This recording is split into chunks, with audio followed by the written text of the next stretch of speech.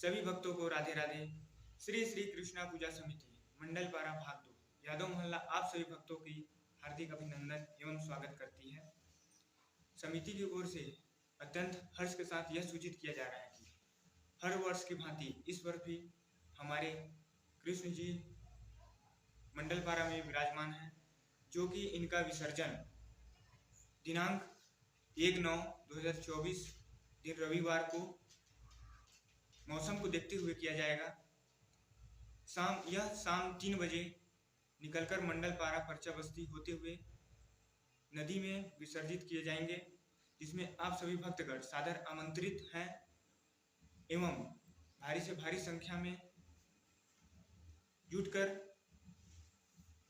कृष्ण जी का विदा करें और पुण्य की भागीदार बने। धन्यवाद।